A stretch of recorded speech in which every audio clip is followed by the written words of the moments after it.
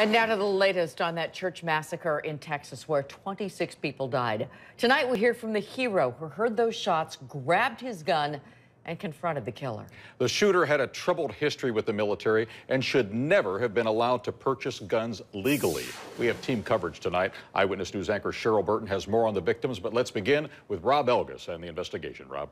An administrative error. That's what investigators say allowed the shooter to legally purchase weapons. The Air Force failing to follow a Pentagon rule that says the FBI should have been notified of a domestic assault charge on his record.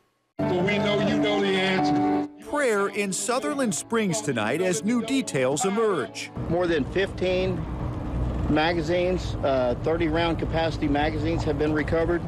Armed with a military-style rifle and 2 handguns, Devin Kelley parked at this gas station and walked to the First Baptist Church. At 11:20 a.m., the rampage started. I've seen family members coming out of the church, you know what I mean, with blood on their arms, you know what I mean, and on their clothes, and they couldn't even talk.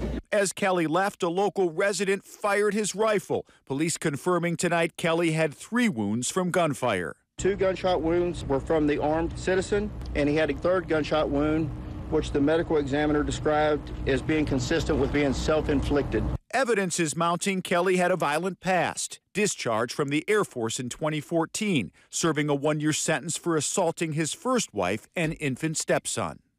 Investigators at first believed the shooter was targeting his mother-in-law, who was not at the church but attended. Tonight, they believe his goal was to kill as many people as possible. Alan? All right, Rob, and tonight we're hearing from that hero neighbor who ran outside when he heard gunshots. Stephen Williford grabbed his own gun and shot the attacker twice. The people at that church, they're friends of mine, their family.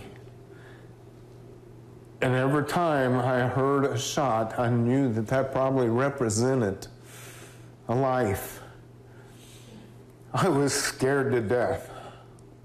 I was. I was scared for me, and I was scared for every one of them, and I was scared for my own family that just lived less than a block away. I'm no hero. I am not. I think my God, my Lord, protected me and gave me the skills to do what needed to be done.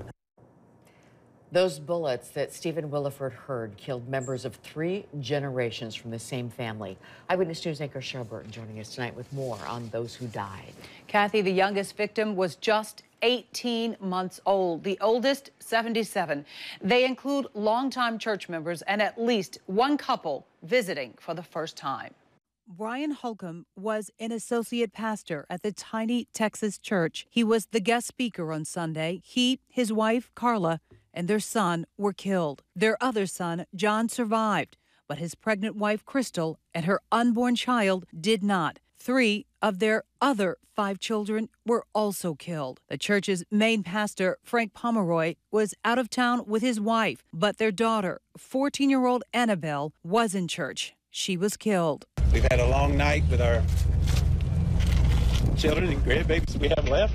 Our sweet Belle would not have been able to deal with losing so much family. Lula White was the gunman's grandmother-in-law and a frequent volunteer at the church. 5-year-old Rylan Ward was shot multiple times. His stepmother and 2 sisters were killed. Tonight, he is now in stable condition at a San Antonio hospital, a glimmer of hope amid so much sorrow. I don't understand, but I know my God does, and that's where I'll leave that. Well, 20 people were injured in that rampage, and tonight 10 of them remain in critical condition, and it is likely the gunman knew all of his victims. Kathy and Alan, Vice President Mike Pence will visit the surviving victims and the first responders on Wednesday.